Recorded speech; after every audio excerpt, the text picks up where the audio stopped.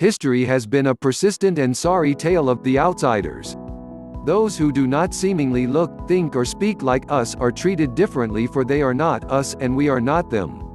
The harrowing stories of the Holocaust, apartheid and Rwandan genocide are some examples of systemic discrimination that snowballed into colossal tragedies. With the passage of the Citizens Amendment Bill (CAB), it is feared that India too may be stumbling down this perilous path. Passed by India's parliament on December 11, the CAB grants Indian citizenship to religious minorities that migrated to India from Afghanistan, Bangladesh and Pakistan. On the surface, it's an initiative of the Modi government to offer sanctuary to persons fleeing religious persecution. However, the bill only grants non-Muslims accelerated citizenship, denying the same to Muslims. With such a bill, PM Modi is attempting to reshape India into a Hindu Rashtriya. This clearly contradicts the pluralism and secularism espoused in the Indian constitution.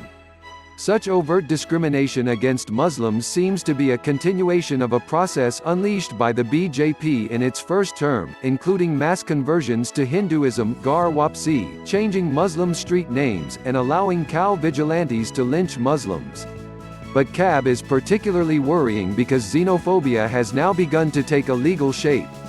The Modi government secured 311 votes in support of the bill against 80 in Lok Sabha lower house, and 125 votes against 105 in the Rajya Sabha upper house, setting a worrying precedent. The question is, will BJP legislators continue to enact laws that contradict the historical ethos of the Indian polity? The Modi regime is following the vision of M.S. Golwalkar, the ideological guru of the Rashtriya Swayamsevak Sangh (RSS). Essentially, the bill fits neatly with Modi's RSS-driven Hindutva ideology. In some of his most cited works, Golwalkar wrote of how he saw outsiders, Muslims, threatening his motherland, a nation he felt was built for Hindus. The Muslims, he wrote, would never serve the motherland earnestly. The CAB is not just anti-Muslim. The people in Assam are resentful of granting citizenship to migrants from neighboring countries on grounds that their political, linguistic, cultural and land rights are threatened. In Assam, 2 million residents were declared illegal and excluded from the National Register of Citizens (NRC) because they could not prove they had settled there before the creation of Bangladesh. Interestingly, the bill is being viewed to accommodate non-Muslims who would otherwise be excluded from the NRC, like the Bengali Hindus, a strong BJP voter base.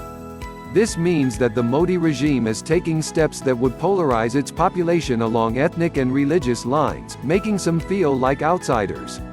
Naturally, this is troubling to those who had always taken pride in being part of a pluralistic and tolerant society.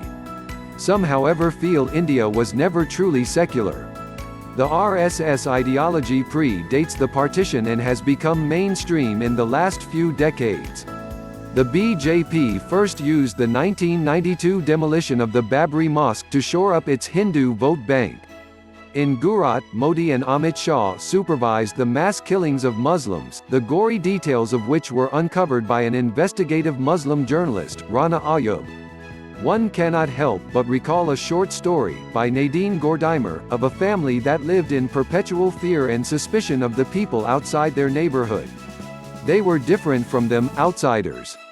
To protect themselves, the parents built large fences with barbed wires and installed alarm-protected gates.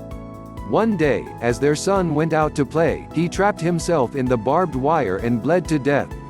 He died, ironically, of the barriers that were built to protect him. Today, much like installing barbed wires, India has set in motion discriminatory laws. For such a diverse country, this is worrying. When discriminating against the outsiders, India is only hurting itself. Please subscribe our YouTube channel Listen News here. If you like the video, please like, comment and share the video.